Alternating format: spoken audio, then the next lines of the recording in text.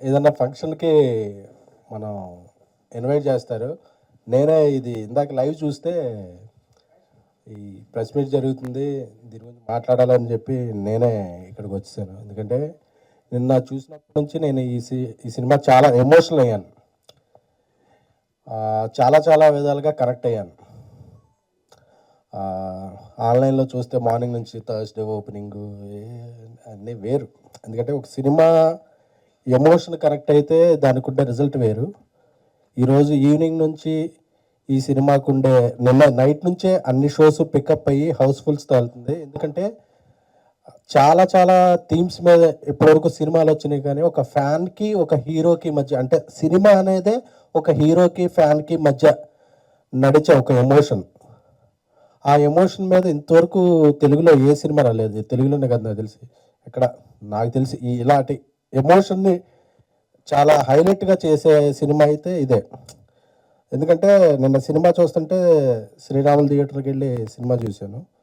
చూస్తుంటే నాకు ఆర్టిస్టులు ఎవరూ కనిపించట్లేదు. క్యారెక్టర్లన్నీ అలా కళ్ళ ముందు కనిపిస్తుంటే నా కాలేజ్ లైఫ్, ఫ్యాన్గా గడిపిన జీవితం, ఆ పదాలే గుర్తుకొస్తున్నాయి. అంటే మనం ఒక హీరోని చూసి ఎంత ఇన్స్పైర్ అవుతాం, మన జీవితంలో ఎన్ని చేంజెస్ జరుగుతాయి, వాళ్ళని చూసి మన ఆశలు ఎలా ఉంటాయి, ఆశయాలు ఎలా మారుతాయి అనే దానికి ఒక ట్రూ ఎగ్జాంపుల్ సినిమా ఏదన్నా ఉంటే ఆంధ్ర కింగ్ తాలూకా. ఎందుకంటే ఉపేంద్ర గారి ఆ స్క్రీన్ ప్రెజెన్స్ అంటారు కదా, ఆ screen presence, he lit the frame, every frame ఆయన కనిపిస్తుంటే అసలు మనం లీనమైపోతున్నాం.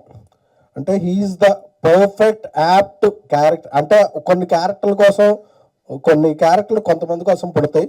నాకు తెలిసి మహేష్ ఆయన కోసం రాసుకున్నాడు, ఆయనే ప్రతి ఫ్రేమ్లో కనిపించారు అన్నట్టు ఉపేంద్ర సార్ని చూస్తే నాకు. ఎందుకంటే ఎన్నో, అంటే కల్ట్ అనే సినిమా పదానికే ఒక స్పెల్లింగ్, అబ్రివేషను, ఆల్టర్నేటివ్ ఏమైనా ఉంది అంటే డిక్షనరీలో అది ఉపేంద్ర గారు. సో చాలా చాలా ఇన్స్పైరింగ్గా అనిపించింది. అలా ఎనర్జీ రామ్ గారు అంటేనే ఎనర్జీ. చాలా సీన్స్లో ఆయన ఎనర్జీని కూడా టోన్ డౌన్ చేసి ఒక ఫ్యాన్గా ఒదిగిపోయి ఎక్కడ హైప్ చేయాలో అక్కడ చేసి చూస్తుంటే అసలు మళ్ళీ మనం చూసుకున్నట్టుందంటే సింగిల్ స్క్రీన్లో ఫ్యాన్స్ అందరూ కూడా ప్రతి సీన్కి ప్రతి డైలాగ్ అండి.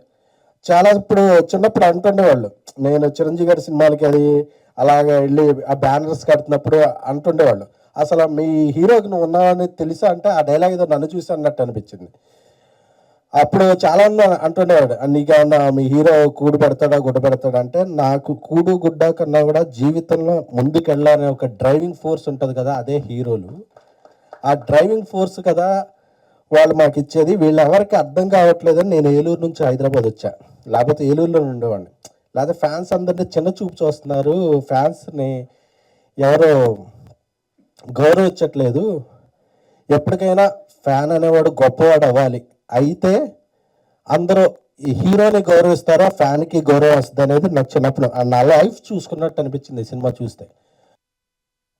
అందుకే నేను జర్నలిస్ట్ అయ్యాను, ప్రొడ్యూసర్ అయ్యాను. వాట్ ఏమైనా సరే నేను నమ్మిన నా హీరో గౌరవం తీసుకురావాలనేది అభిమానిగా నా ఇది.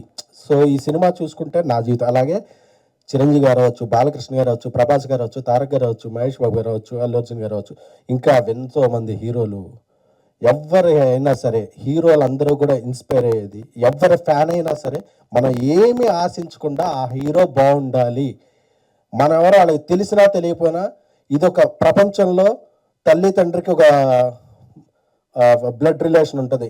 ఏ రిలేషన్ లేకుండా జీవితాంతం ఉండే రిలేషన్ ఏదంటే ఒక హీరోకే ఒక అభిమానికి మధ్య ఉండే రిలేషన్ మాత్రమే.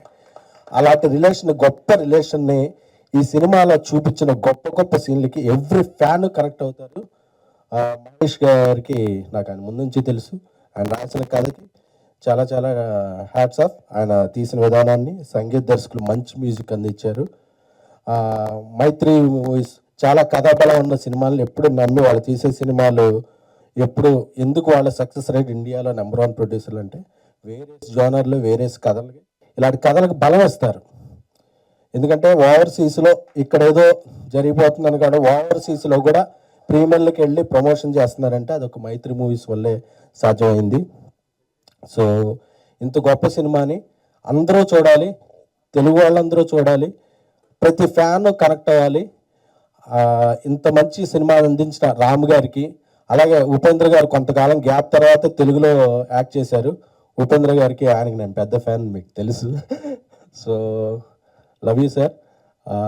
ఈ సినిమా ఇంకా ఇంకా కలెక్షన్లో ప్రతి షోకి పెరిగి అందరు ఫ్యాన్స్ అభినందనలతో ఆశీస్సులతో ఈ సినిమా పెద్ద విజయం సాధించి అభిమానులకి, ఇలాంటి అభిమానులు ఉన్న హీరోలకి అందరికీ పేరు తెచ్చి ఈ ఒక ల్యాండ్ మార్క్ అవ్వాలని కోరుకుంటున్నాను.